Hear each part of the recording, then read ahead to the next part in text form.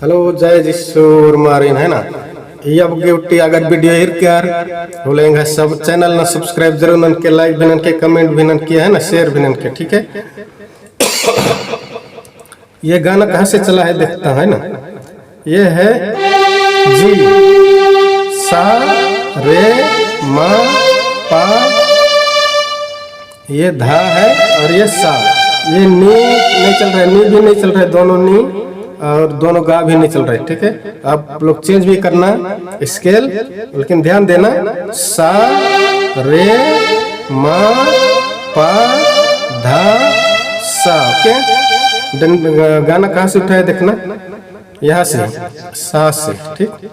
झीले मेले चरानी में स्वर करा जाके, झीले मेले चरानी में स्वर करा जा हो रे कोनो के